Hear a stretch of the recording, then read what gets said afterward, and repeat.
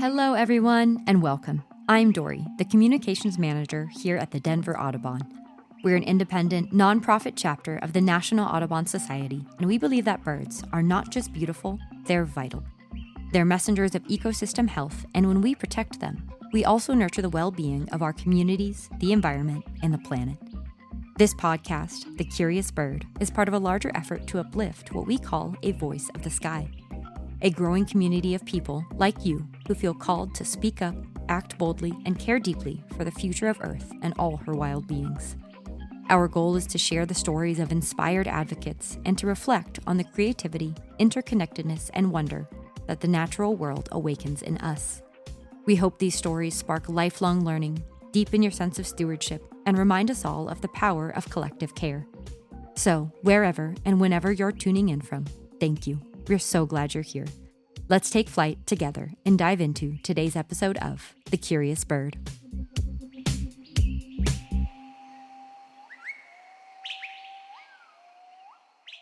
I could not be more excited to talk with my guest today. And I'm going to go into a little bit of a backstory, actually, because I think that how we met is just such a fun example of being a part of a global animal-loving community. True. It is, right? And so, first, this is Dave Johnson. Hi, Dave. How are you? Good, Dori. Thanks for having me. This is going to be fun. Oh, I'm so happy to have you here. This is going to be a great time.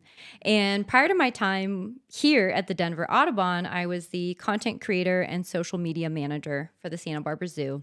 And while I was there, I made friends with zookeepers, other members of the zoo staff. And, as with life, there came a point where I was looking to expand and where is next on my conservation journey. And so I was asking my friends, and one of my friends, his name is Daniel Snyder, and he is a zookeeper at the Santa Barbara Zoo, and he used to be a zookeeper at the Denver Zoo, and said, you should talk to Dave Johnson. And so we got on the phone, and our first chat, we must have talked for 30 minutes and just laughed about animals and educating the youth and playing soccer.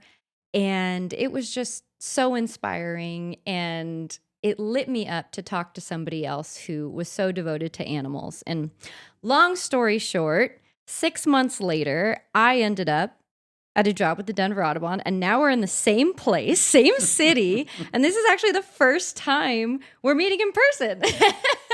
Finally made it happen. And I gotta say, the energy is just as vibrant and exuberant as on the phone, and it just, as soon as you walked in the door, it felt like we were old friends. Yeah, that was a good hug. It was a good hug, yeah. Well, I'd love to read a quick bio, if that's okay with you. Dave Johnson is a wildlife biologist, zookeeper, conservationist, children's book author, the executive director and co-founder of the Katie Adamson Conservation Fund, and a self-proclaimed animal nerd. That sums it up really well there. And the animal nerd part is the biggest piece. And I got to say, that's the part that really got me. And I was like, I knew I love this human. So I would love to hear, in your words, what is an animal nerd? When I describe it to kids, I go to schools, with the kids' books, and I just make it a fun way to say anybody that's really hyper-focused on anything in their life. A lot of times me growing up, nerds were just bookworms who studied a lot. But I made the nerd terminology be more inclusive of if you have something that you've been directed towards your whole life. And that's what you eat, breathe, sleep. That is what my parents would tell you is an animal nerd. That's, it could be sports. It could be modeling. It could be teaching. Anything that you wanted to really do your entire life is why I'm an animal nerd. And from when I was 4 years old, and since you're Audubon, you'll like this bird story. I pretended I was an ostrich for like 4 days and had to go to therapy, and I wouldn't use my hands or a fork, and I would peck at my food, and my mom was like, "Oh my gosh, you were a disaster. I wanted to send you back and get a new child."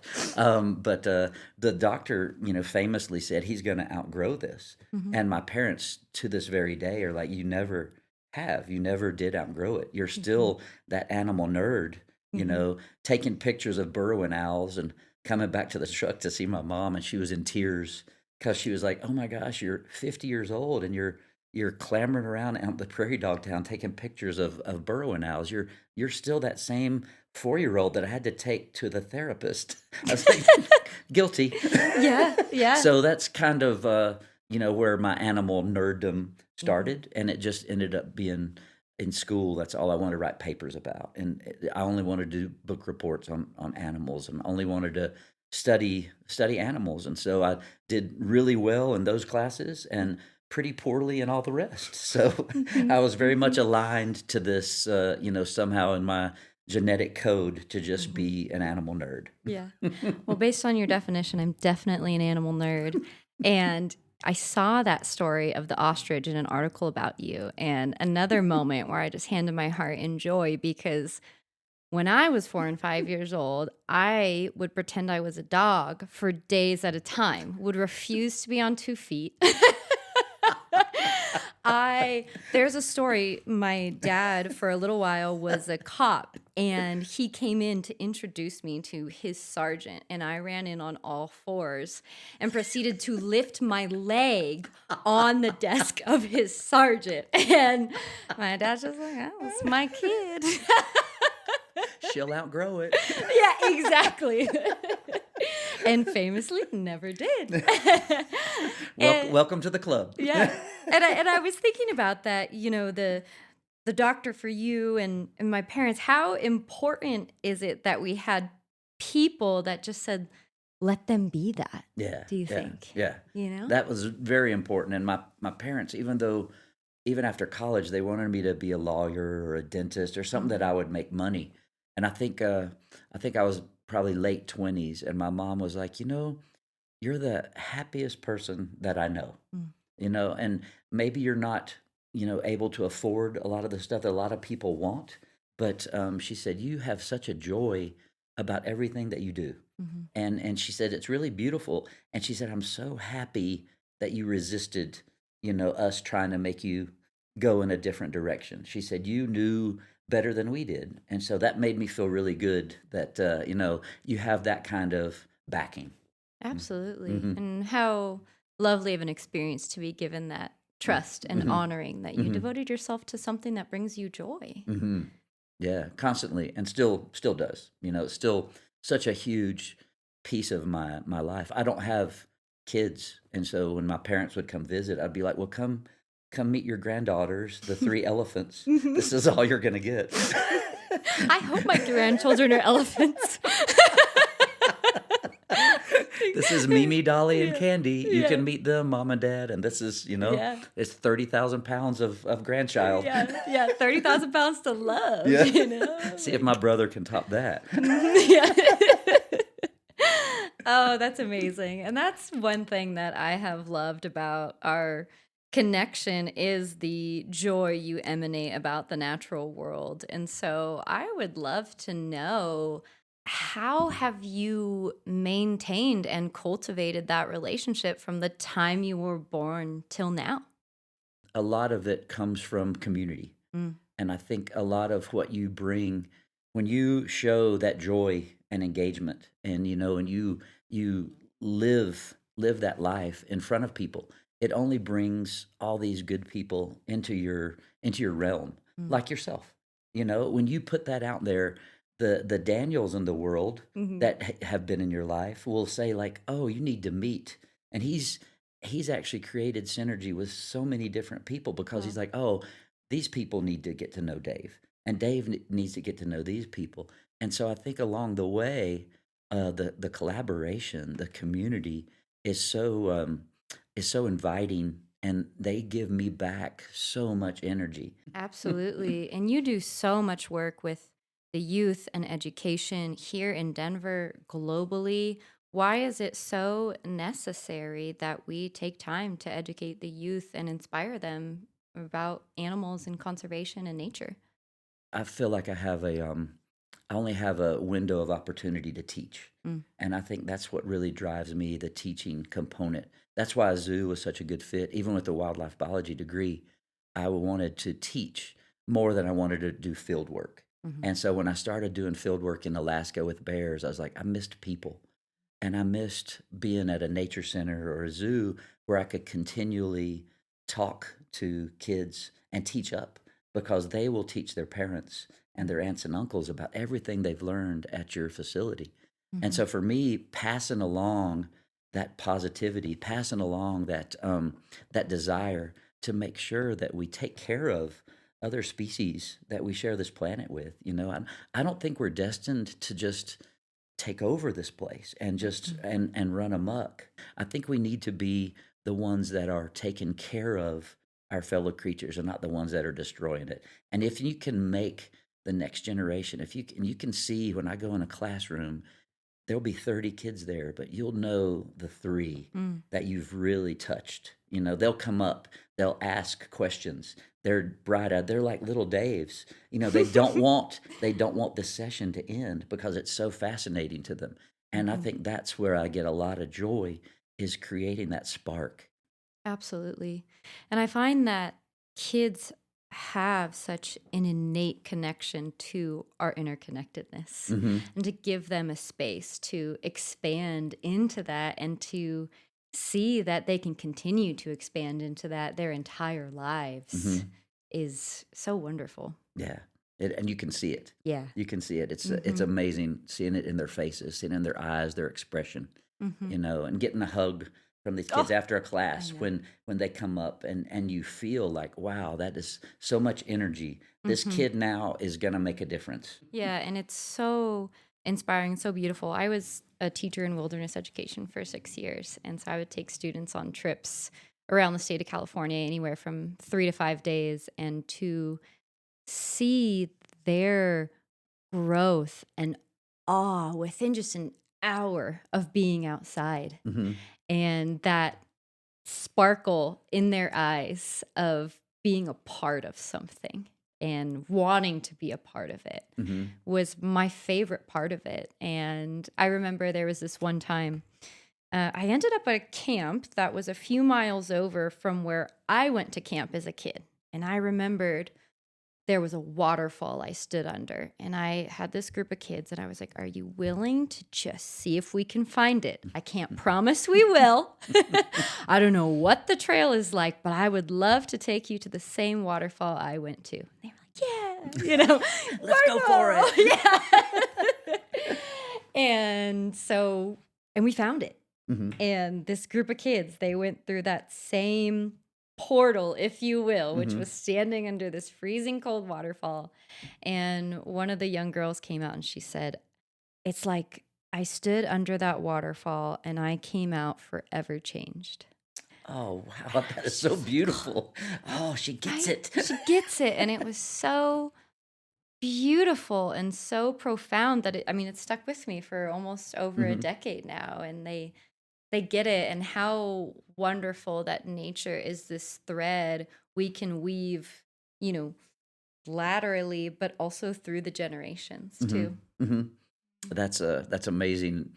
And similarly, I had a Denver Zoo Explorer Scout that Mhm. worked with me at the zoo, and got to take her on, trips, and worked with her. Those are it's through the Boy Scouts, Mhm. but they can spend 7 years at our zoo from age 14 to 21, just experiencing animals. And then we would take them to Yellowstone or the sand dunes, and we'd take them camping over the summer.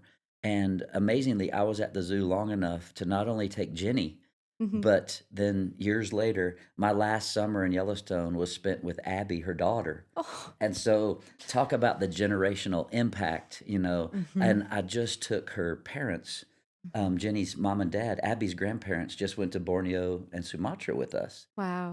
and planted trees and saw Mhm. orangutans in the wild. So you're Mhm. looking at a zookeeper have an impact on 3 generations of Yeah. people in this family because they were open enough to to want that spark. Yeah, it's amazing. And I love that you said you brought it to this generations of family who are open to this experience, because it takes all of us. The Hmm. experience takes all of us. And so whether we're in the conservation realm or not, it requires a receptivity of people too. For sure. And so, if you could speak to that, the importance of receptivity as in a conservation action. I think being open for that messaging is really Mm-hmm. important. I think a place like Denver, you Mm-hmm. find a group of people who are definitely more open Mm-hmm. to those suggestions, Mm-hmm.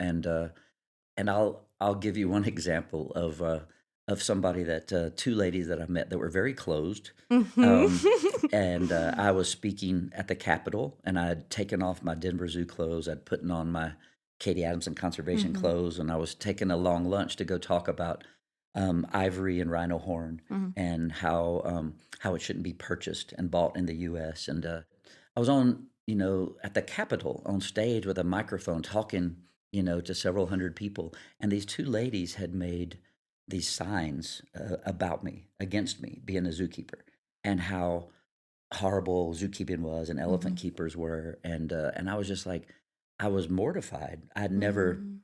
had to speak to anybody where they were, jeering me, Mm-hmm. and but we had a whole group of people that were there to learn about elephants and rhinos and conservation from me, but I had to really focus on them because it was a personal Mm-hmm. thing for me. Like, all right, they're saying that I'm a bad human, and I'm gonna just take this and turn it around. I'm gonna talk about how much I love these elephants Mm-hmm. and how much I do on my own time in Mm-hmm. Nepal and Tanzania, and trying to get people to love elephants and trying to open them up, where Mm-hmm. you have many people at the zoo that are already really open to you Yeah. and want to learn. But these two ladies were teachers, retired teachers, and I got to talk about everything. And sometimes I get emotional Mm-hmm. talking about that stuff, and it's hard not to when you love something so deeply. And they could hear my voice crack, Mm-hmm. and they put their signs down. Mm. Then they moved to the back of the crowd, and I could still see them, and their anger turned into curiosity, Yeah. which then turned into a willingness to be open. Yeah. And they afterwards they came over to my table and they bought some of my kids' books, and they said, "We're sorry, Mm. we misjudged you. Um, can we help? What can we do for conservation?" So that was a huge moment for me about how powerful it is to turn somebody into a non-believer, into Mm. somebody that really wants to accept, that you are genuine. Yeah. That is such a courageous thing to stand and expose our hearts. Yeah, and that was how that resonated that day. It was I was not going to stop until I had Yeah. made them change teams. Yeah, absolutely. So, how is that experience for you balancing the love and vulnerability with ferocity? I think that's a really good call. I think you have to be able to Hmm. bring both. Yeah. I think you have to be, and when you love something so deeply, Hmm. you've got that, mama bear Hmm. instinct, when Hmm. somebody challenges you. And Yeah. I definitely have a spark, Hmm. that I can rally. I'm a nice guy, Hmm. but when those ladies were treating me that way in front of everybody, it was definitely something that made this inner bear kind of Yeah. erupt onto the scene. And I was just Hmm. like, I'm gonna change their opinion before I Hmm. leave this day. But I Hmm. think it is a really good mix of, Hmm. and I think people appreciate that. Yeah, You can't be a pushover. You can't absolutely. just be this bunny hugger, Hmm. and you can't just be tearful and emotional about this passion, but you actually have to be able to defend it Hmm. and fight for it. Hmm. And I think that's where we're at right now, is Yeah. as a lot of us are going to be asked to fight for what's right and Hmm. for what we believe in. And I Hmm. think you know going on this podcast and rallying with you Hmm. is what people want to hear. I think it's what they want to be a part of. Yeah, a togetherness, A a togetherness. unification. And not just hugging, but sometimes it's roaring. Sometimes we have to Absolutely. howl together to get our point across. Yeah, to be more in tune with our animal. You be your ostrich, I'll be my dog. We'll go around the streets. You know what I love about that story with the two women is there was, a ferocity from you and a defensiveness.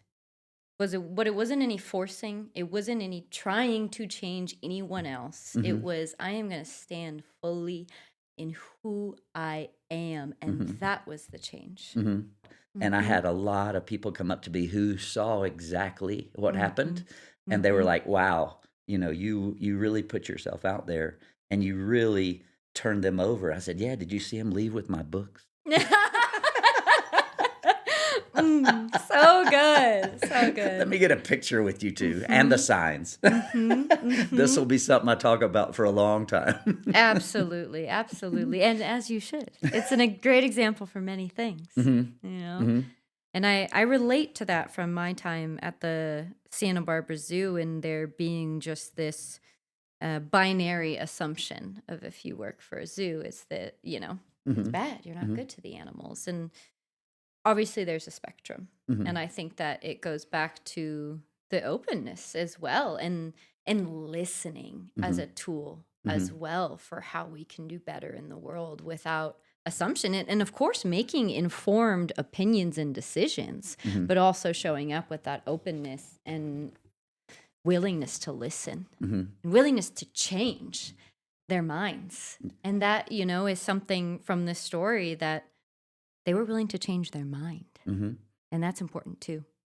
I go to talk at some college campuses, and a lot of times half of the students there are pro-zoo and half are anti-zoo. And I embrace all of that because I'm like, I wasn't always a zoo believer. Same. I was not always, I never thought I would want to work at a zoo Same. where they kept animals in a facility that they couldn't be in the wild.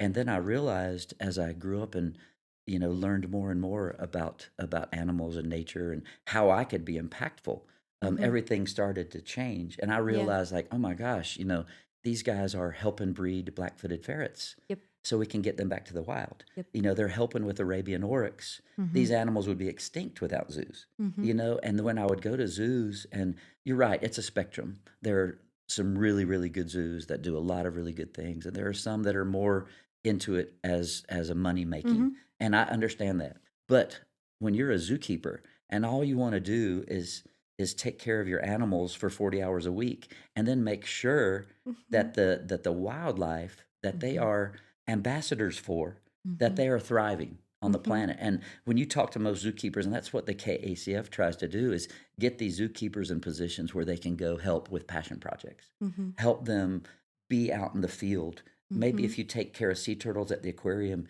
you want to go release some hatchlings in Costa Rica. Maybe you want to see your first elephant ever in the wild because you've worked with them for 15 years and you've never been to Africa or Asia. And that's what's so empowering, is to help these guys also find their voice, especially some of these kids in Denver. The kids. Yeah. The kids that know both of us, wow. Oh, we're going to have like elephant kids running around, orangutan kids, I'm a spotted toey. Oh, man. We could just go on this topic forever. I'm just picturing like this wall of kids, like, protesting down the street. Some are roaring, some are trumpeting, some have made these invented flying things so they could fly like a kestrel. Oh, I only hope we can see that sometime. Maybe on Earth Day. Yeah, okay. Maybe there's a teacher out there that's planning this for us. Yeah, there we go. Yeah. Oh, I love it. So I would love to touch on that a little bit more, is your work with children. I'd like to talk about your authorship as a children's book author. And I got to say, the first one I saw, which we talked a little bit prior, was Zodiac. And first of all, that lit me up on so many levels because I was like, animals? Astrology? I love when people fuse two creative things Hmm. and fuse them together and make it seem so easeful. And so I would love to just hear more about all the books you've written and Zodiac as well. Zodiac Kids was probably has been my favorite to date, just because of that concept of having, instead of having it be a zodiac sign that somebody Mm-hmm. tells somebody at a bar. Yeah, I'm yeah, a, totally. I'm a Sagittarius. Hey, that's my sign. Well, I'm a Taurus. So, Oh, and great. so, but for me, I was just like, oh, wouldn't it be fun for the kids to be able to say, well, what are you? I'm a Mm-hmm. tiger. Yeah. If you're a September baby, and if you're May, like Mm-hmm. myself, I'm a wolf. Mm-hmm. That was one of my favorites growing up. And Mm-hmm. so for me, being able to do that with kids and get them excited, and then us have some conservation impact with all 12 of those Mm-hmm. animals. So Mm-hmm. we could tell little Susie that, oh, you're January, you're polar bear. We just did a school talk up in Kaktovik, Alaska. We donated books. We saw 70 bears, and we're hoping to help with human polar bear conflict mitigation. Yeah.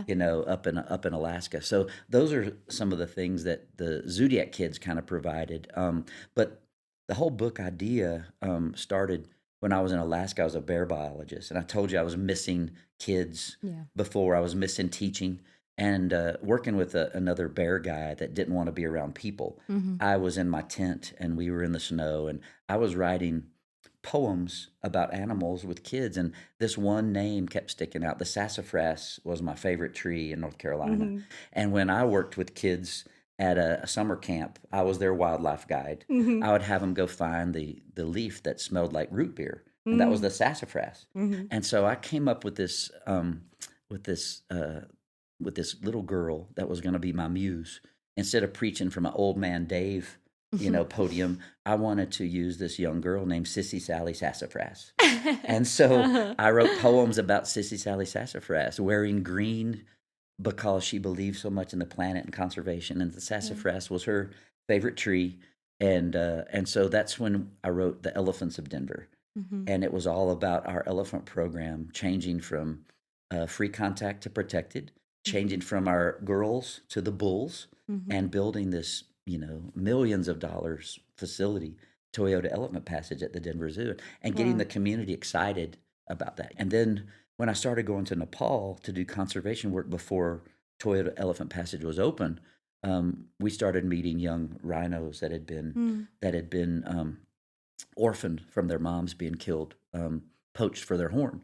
And so one of those was Narayani. She was found on the Narayani River. So I thought the next book in the Sissy Sally Sassafras series, very hard to say. Tongue twister. Thanks for the tea. That's helped me.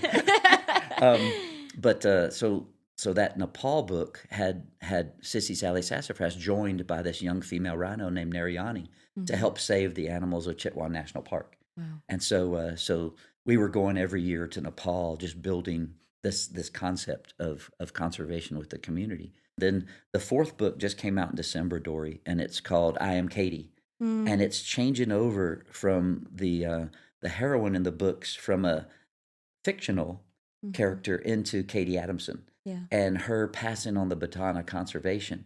And I Am Katie is all about Katie's story as a zoo explorer scout, and about her her passing to cancer, Mm-hmm. but her being able to us rallying around her name and impacting all these researchers and biologists and conservationists around the world, and many of them women Yeah. who can really use the help getting to do the things that they do. Like one of them, Doma in Nepal, she lost her mom to a rhino Mm-hmm. when she was young. And instead of being bitter about that, she's turned that into a passion to help people that lose family members to wildlife conflict. And so Doma is in the book. She's in Yeah. I Am Katie. She's one of our real heroines now. Yeah. And she helps us navigate a lot of human wildlife conflict over in Nepal. And it's written in 4 languages. Wow. So now we can take it. It's in Swahili, it's in Nepalese, it's in Spanish and English.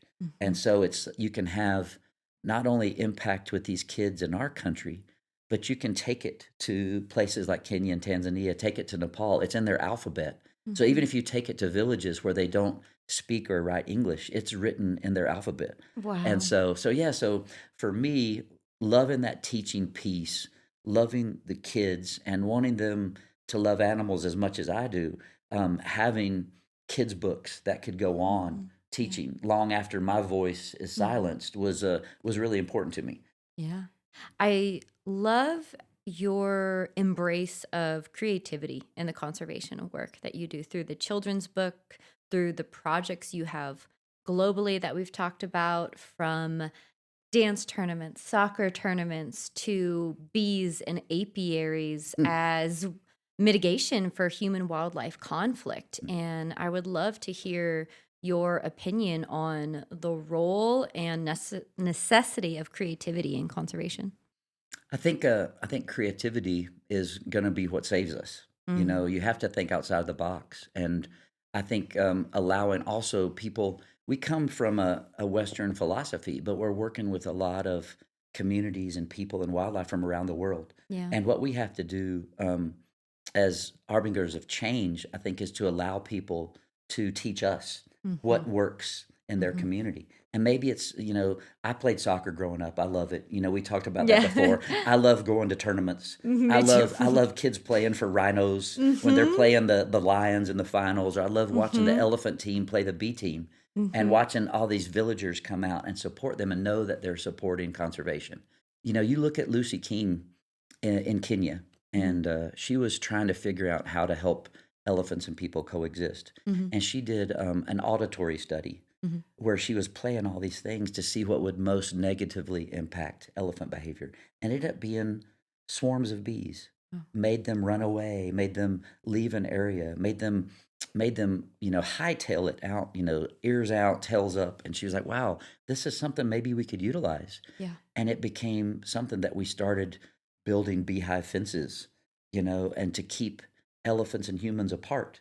And so it saves elephants' lives, it saves human lives, Mm-hmm. and it actually helps bees as pollinators, helps their crops. That's creativity. Absolutely. That is the essence of having somebody problem solve and give you the data, the science, Hmm. the creativity to move this forward. And now it's cutting down on human elephant conflict by 80% in East Africa. Wow. Yeah. Wow. So think about that and what that lady has done for Hmm. conservation just by thinking outside the box. That's pretty Absolutely. special. Absolutely. One spark of an inspiration, and we're helping multiple species, Hmm. humans and Hmm. animals, for now and the future. It's quite amazing when you do let the people that should be creative allow them the ability, give them the chance to build upon what they're passionate about. Mm-hmm. Absolutely. And I think that goes back to what we were talking about as well with youth education and leaving space and cultivating that practice early of following your imagination and inspiration in Hmm. kids. Yeah, Hmm. allowing them to be, the next Lucy King, Exactly. allowing them, and that's so important too with the young girls in some of Hmm. these countries that we go to. In Tanzania, when we started off with soccer and bees and everything there was one ranger Hmm. that was, a chief warden. She moved up, Diana Kijireshi. She's in Kijireshi, Diana in Shambe, and of the 30 chief rangers in Tanzania, there was one woman. Mm. And you watch her speaking, in a male dominant society Hmm. like Tanzania, but she has a voice now, and she has all these young girls Mm. looking up to her. So the more stuff we can do with elephants and bees and stuff with Diana and Chambe, the better it is for everybody involved. So why Hmm. not send a team of females over there? Elephants, Absolutely. bees, and Yeah. humans, all matriarchal, Yeah. Absolutely. all female dominant. Hmm. So Hmm. let them all work together, and it Hmm. was it was pretty amazing watching Diana shine with our group of really strong women Yeah. coming out of the zoo and out of Colorado Parks and Wildlife, and being able to work with all these different tearing down these silos like we talked about before. Hmm. It should all be this collaboration, Absolutely. and everybody wins. Hmm. Bees, elephants, and people. Absolutely. Absolutely. I love that. And, I want to touch on what you said about how allowing different voices, different perspectives to teach us, to let others be our teachers. And in that, to also let animals be our teachers. And I think that just one example to just pull from what we've just talked about is sometimes embracing the matriarchy and doing things in a collaborative way. Mm-hmm. And with that, what is something that you would say animals have been a teacher of for you in all your years? What animals have taught me most is family Mm-hmm. and friendship. And Mm-hmm. some of the animals that I'm most akin to would be like wolves Mm-hmm. and wild dogs and lions and elephants. These animals that have a culture Mm-hmm. and pass things down to their young and are so intelligent, but so familial, like the orcas, Mm-hmm. that work together to fish or to catch mammals Mm-hmm. up out of Seattle. The elephants that you go and see, Mm-hmm. and watching them collaborate and welcome a new calf, and how all the young females are smelling and Mm-hmm. learning how to be mothers. Mm-hmm. So I think animals have taught me that we need to grasp relationships and Mm-hmm. community and hold on tight to Mm-hmm. the family and friends. And then moving out here to Denver, I created an amazing cast of family and friends that in 27 years, it's really astounding, all the Mm-hmm. people in our community. And I think we have a crash of rhinos. We have a herd of Yeah. elephants. I've got my people here, and I think, and that's what the one thing that animals, one of many, Yeah. one of many things that animals have taught me is how to work well as a team and how to Mm-hmm. collaborate. Yeah.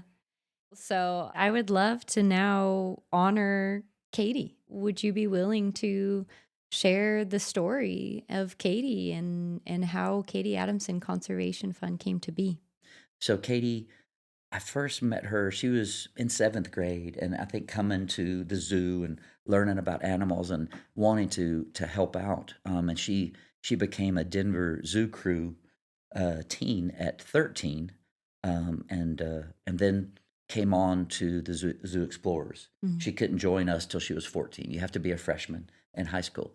And so this young gal, her family was down in Littleton, and so she was coming to these Sunday meetings, and she was obnoxious. She was a know-it-all. She was an animal nerd, and so full of herself. And she would bring her best friend Jordan to all of our meetings. And Jordan is now a zookeeper at the zoo. Katie, along her path, she rode horses and left horses. Was in Western Airs. Her and Jordan both, and I would go and watch them, at the stock show and stuff, and watch them carry their flags and ride their horses. And when Katie was a freshman at CSU studying wildlife biology, she got a Ewing sarcoma. She got a very bad diagnosis of a tumor that was going to be very aggressive and hard to beat. She fought it off for like 7 years and came up and down. Just that. If you've had family or friends with cancer, it's a tough roller coaster of a journey. And she finally succumbed to her cancer at 25, and Mm. but she just wanted to go to Nepal. She wanted to be a zookeeper. Mm. She wanted to finish college at CSU and get her degree. She didn't get to do any of those. Mm.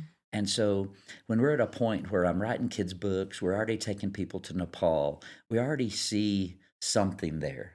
But what do we do with this? Is this just Mm. a little fun, vacation for animal nerds?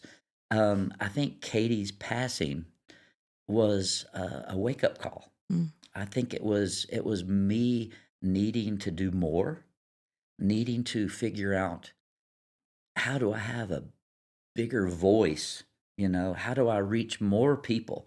And how do I do it to honor Katie at the same time? Mhm. You can't let somebody like that pass in Mm. vain. And I think her alignment with me and her passing made me very ambitious about what we could do as an organization and a Mm. fund. We should start a nonprofit, is Mhm. what I thought. We should write books not just sell them at the zoo to people and be part of AZAC, our Zookeepers Association, but we should take this on a bigger stage. Mm-hmm. And so I went to her parents, me and Ray. My husband is big part of the fund, a huge support network for me, and he wanted me to feel very comfortable doing this. And so we went to John and Colleen, and we said, we want to use your daughter's name, and have a conservation fund. And they were like, we would love for you to. Thank you. That is so wonderful. But we can't be a part of this. We're so hurt. We just can't join you. Now, 11 years later, almost, they've been to South Africa, Nepal, Costa Rica. They've been on our board. They come to all of our events. And, seeing the two of them see their daughter's name in Nepal on a sign in this forest, thank you, Katie Adamson Conservation Fund.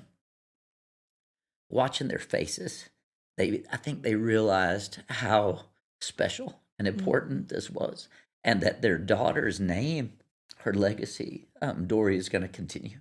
Yeah. And so for me, it's been life changing. Yeah. Sometimes I think people, you have that survival guilt, like, how is a young girl like that taken from us? But when you take it and you rally around that loss and turn her somehow into this phoenix of conservation, that she rises up and changes the world. Yeah. And, when you can raise $4 million in the name of this young girl, and you can make it rain around the world, which I love to do, and you can see these young girls who are now working with steppe eagles in Nepal or working with jaguars in Costa Rica, and they're all doing it wearing KACF shirts. And one of the rally cries in the book is, I am Katie. So, and that's what I say in my piece. And Lamech says from Tanzania with elephants, I am Katie. And Carolina says from her jaguar pedestal in Costa Rica, I'm Katie too. We're all Katie. So that's Katie's story. And as you can see, it's hard for me not to still feel impact from that loss, and also a sense of gratitude to her and to her family, because if you're open to it and you're wanting to make a difference, and you're just sitting there like thinking, like, what can I do as one person, and how can I bring this community together? And in her loss, we created something so dynamic. After you finish saying that, I'm like, wow, I don't even know what to say. And what I do want to say is thank you. Thank you for honoring Katie, for honoring women. Thank you for honoring humanity. Thank you for the work you do. Thank you for inspiring me. Thank you for the phenomenal difference you have made on both an intimate and global level. Thank you. You're welcome. My pleasure. And I would love to know, in this 11-year-old lifetime of the Katie Adamson Conservation Fund, do you have any really resonant highlights that come forth? One that's very special that you'll love as a soccer lover is we started a tournament in Tanzania for conservation, and had these young men playing soccer. We climbed Kilimanjaro for black rhinos. We were able to fly a rhino in from a European zoo and have her on Tanzanian soil, having black rhino babies in Tanzania, in Bokamazi National Park. And oh my God, that's so special for a zookeeper in and of itself. But we started this soccer tournament, and it's since 2016. So, and now these players are being coached by two guys that were playing when I got to watch them in 2016. So now Id and Rama are their coaches. And now we've had a young man play from LA on the Rhino team that they won the championship last summer. And he's invited 3 players to play in Sweden at the Gothia Cup. So I get to see so much brought forward from a mountain climb years ago Yeah. that has resonated and changed so much that now Id is a coach. He's on our he gets a living stipend for coaching these players, and he's their art teacher. He teaches them wildlife art, and then we bring the art back, and I mail it to donors. So they get kids art from Tanzania. That's how we pay it forward to these donors. They get an original artwork piece from these kids. And so I'm going to be in Sweden in July with Id, watching these players play in Gothia Cup that has 80 countries represented in their Wow. 50th year. Wow. And so pretty special to be able for me to align a sport that I loved with my Absolutely. passion for conservation. And I think that is just one instance that that if I was looking at the bigger picture of the KACF, that's just indicative of what we do and what we bring Yeah. and what I'm so proud of. Yeah. I love how everything you speak about has such a weaving to it, and everything we've talked about, like Yeah.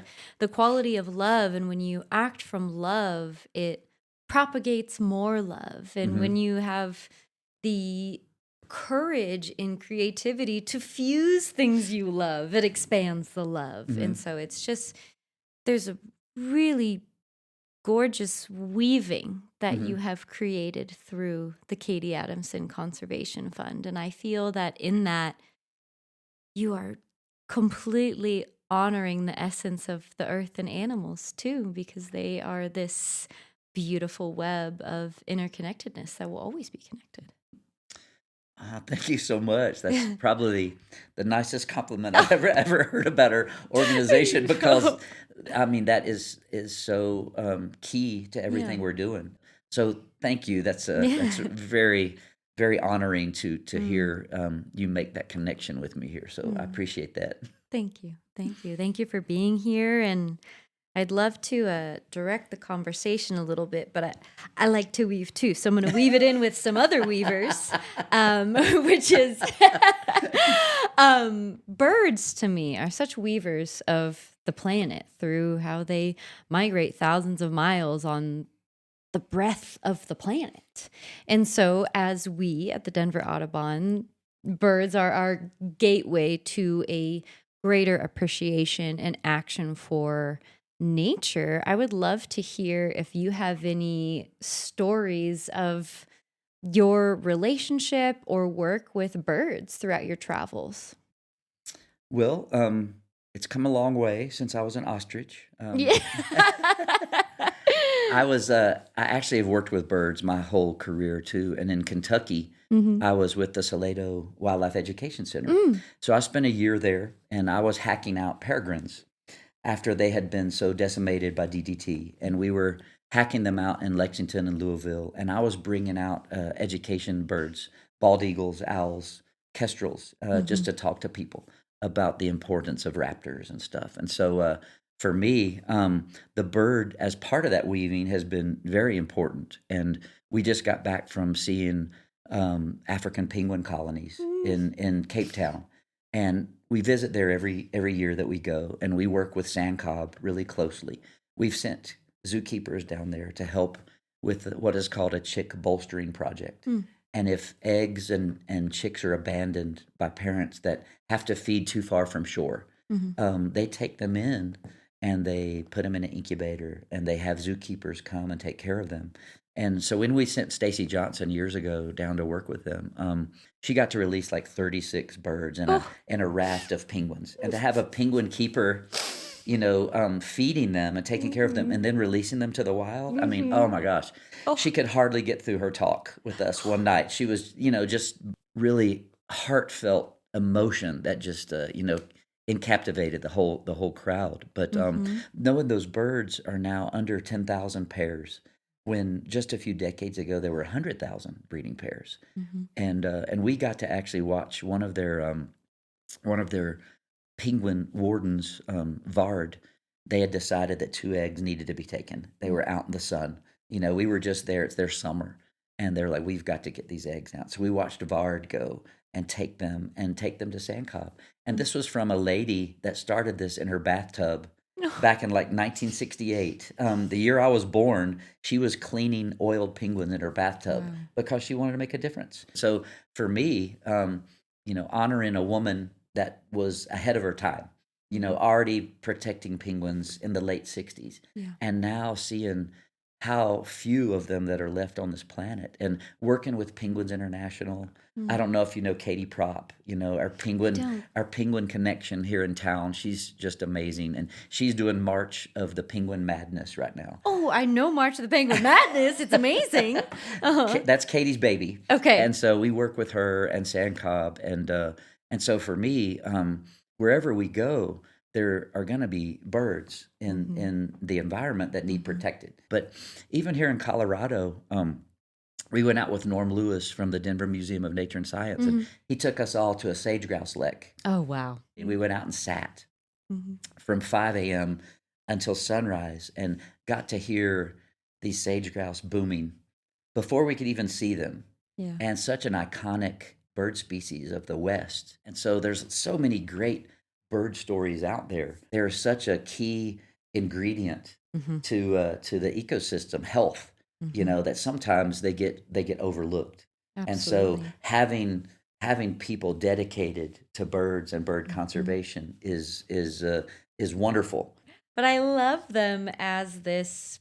I'm trying to think. I don't want to put a label on them, but just like you said, they're everywhere. And so from anywhere, they offer this connection to nature, whether you're out in Costa Rica or Africa or looking out your window or driving down a highway and there's a red-tailed hawk flying above. Or for me here, every morning and evening, I hear the geese. I don't even need to see them to take that moment and feel a profound connection with nature. And I think that is so wonderful, and birds have really played a special role in my life. And from my time at Santa Barbara Zoo, I had a special relationship with Monty the penguin, and he was actually in March Penguin Madness 2 or 3 years ago.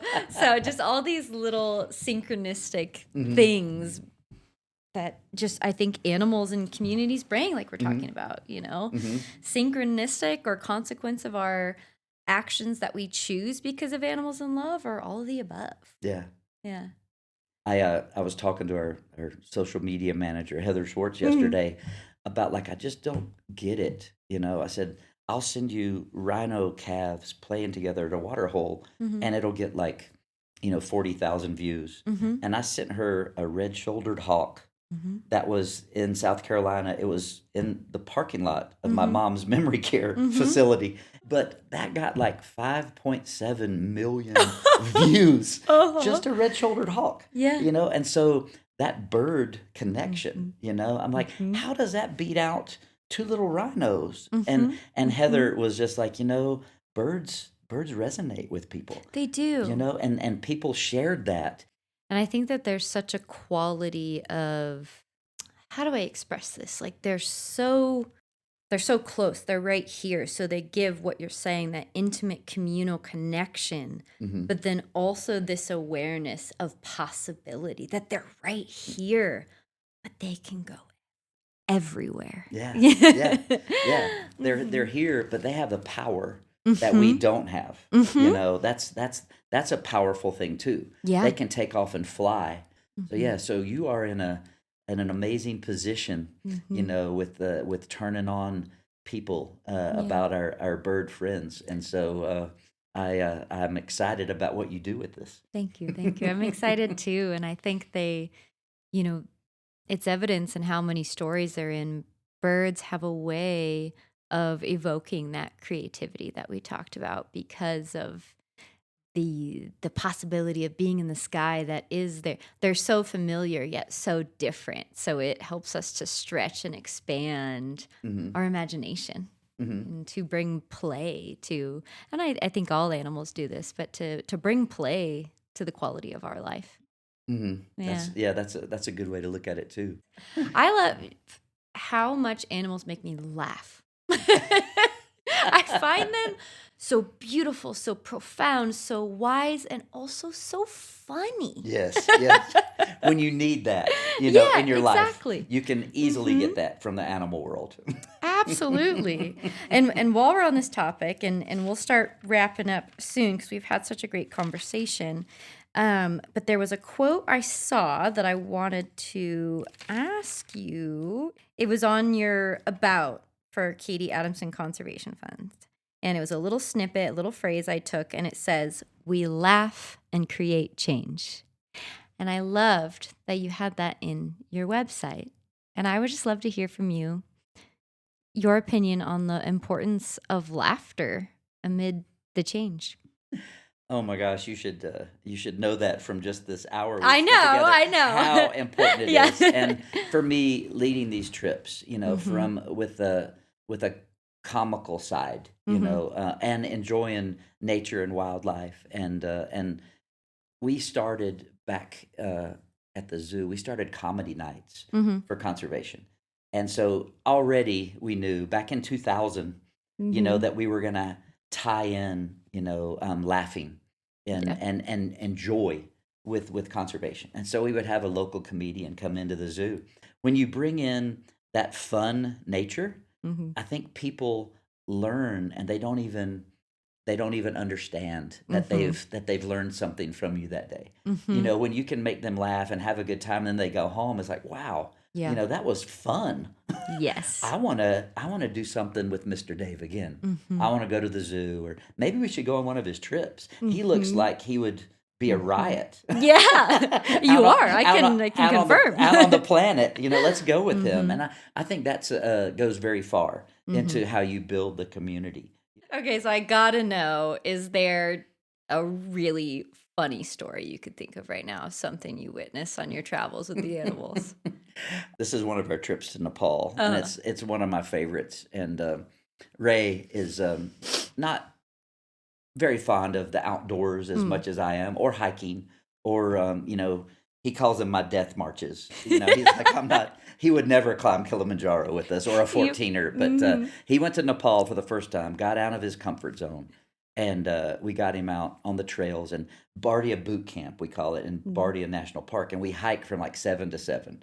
We've got a bull elephant in Must we're trying to avoid, first off, so everybody's tense. He destroyed a vehicle right beside the camp the night before, and so our guide's trying to pick the way that maybe he's not, and we're smelling him. And as we walk down this trail, avoiding this bull elephant Must, a rhino comes out of the forest and charges us. And we're like, the people in line are like Three Stooges. We're all hitting each other. And a water bottle crinkles in somebody's backpack, and the rhino's like, and it runs. Instead of towards us on the trail, it runs through the brush. Okay. And so we're all like, okay, no elephant, no rhino. We're alive. We're okay. We go out into this meadow where there's all this elephant grass, and they tell you, Dori, to run if he were to come out, and you run in zigzags. And so you're on this little trail with 12 foot, 15 foot high grasses on the side. So your run would be like, you couldn't really, you couldn't really take big turns there. And so we're like, oh, we're kind of in a death channel here. And as we stop and smell that bull elephant again, we're all stopped there just with this look of like, we can't run. It's just one way or another. And all of a sudden, this crashing happens behind Ray.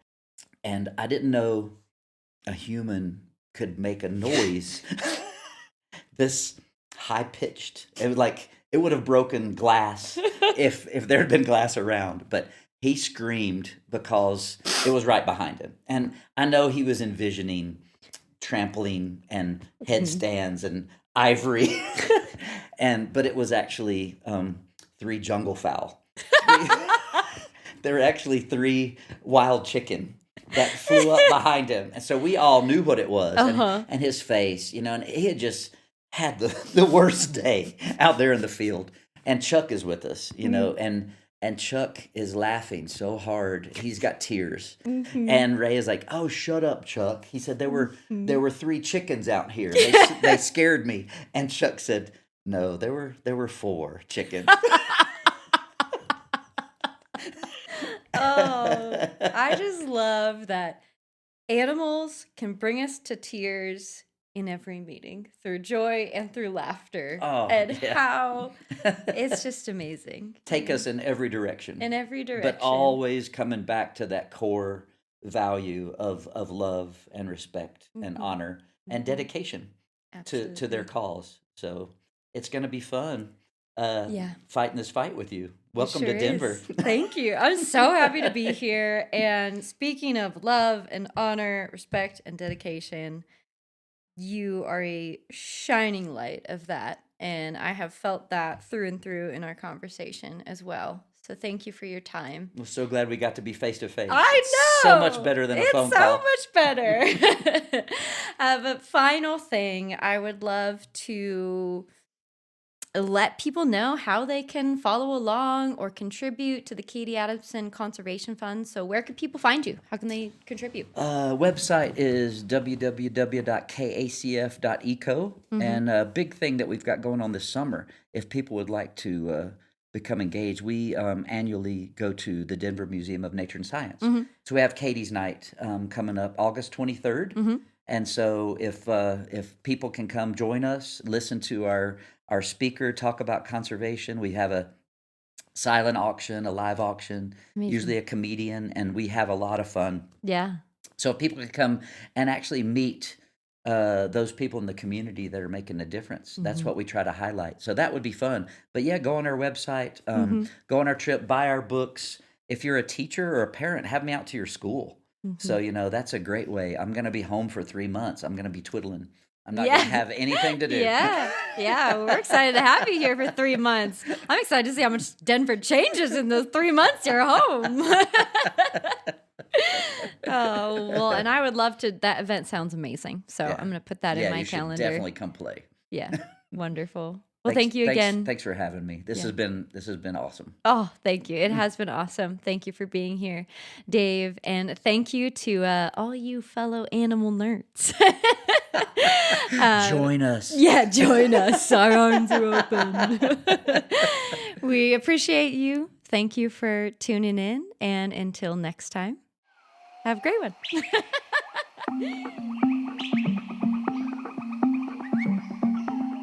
And there you have it. This has been The Curious Bird. Thank you to our guests, our editor, Joe Escanos, and to you, our audience, for your time, curiosity, and openness. If you'd like to see these conversations continue, we would greatly appreciate your consideration in donating to our nonprofit, which you can do at the link in the episode information. Your generosity helps keep the conversations and our work flowing. To the bird lovers, the bird curious, the heart-centered, and any and every listener, until next time, when we meet again to build bridges, heal from separation, remember interconnectedness, and hear from the real inspired voices that are creating change in service to coexistence.